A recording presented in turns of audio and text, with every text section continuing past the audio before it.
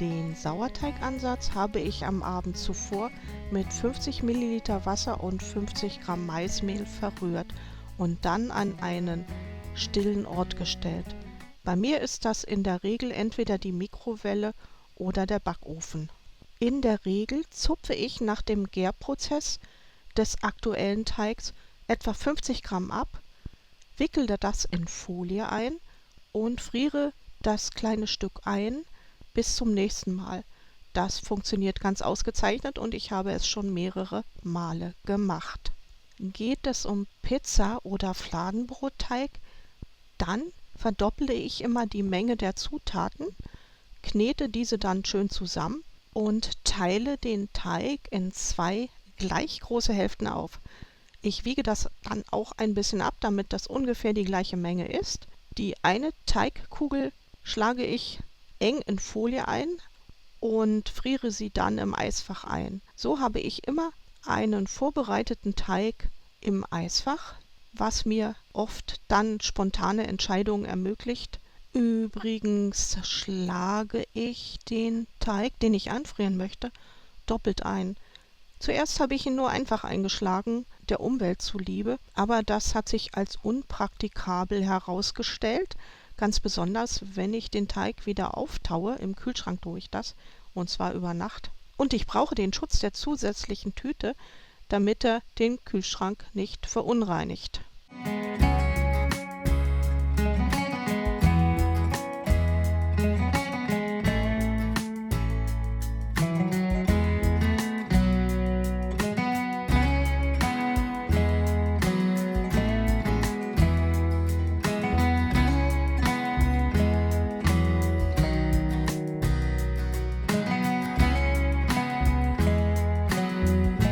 Ich verwende übrigens Olivenöl statt Mehl, um den Teig von diversen Oberflächen zu lösen.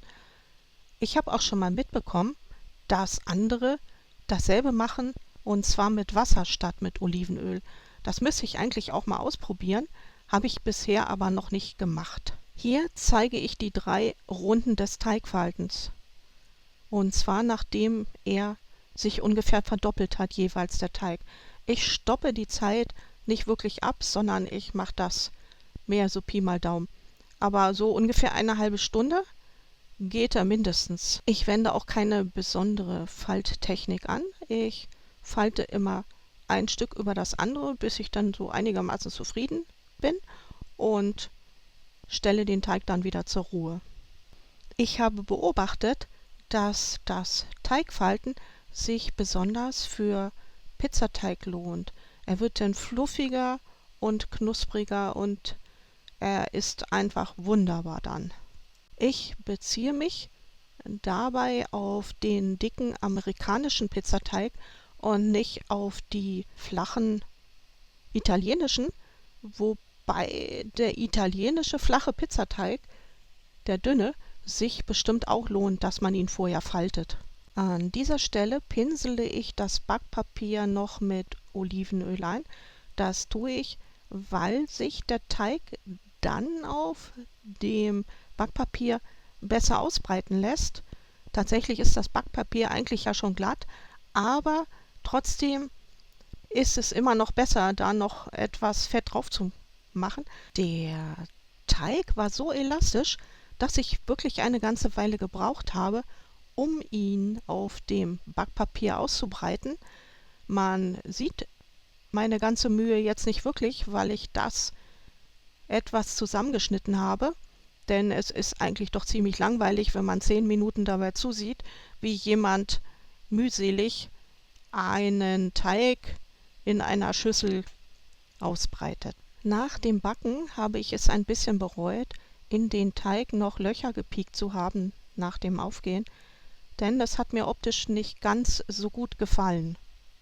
Die Butter, die pinsele ich noch auf den Teig nach dem Backen, um ihm etwas mehr Glanz zu geben und außerdem dann auch für den Kümmel noch etwas Klebefläche zu bieten. Was ich bei meinen Teigen nicht mehr mache, ist ihn mit einem Eiergemisch zu bepinseln, damit er dann mehr glänzt und was weiß ich, bräuner oder gelber ist oder wie auch immer. Das gefällt mir einfach nicht und außerdem funktioniert das bei mir seltsamerweise auch nicht. Außerdem liebe ich Butter.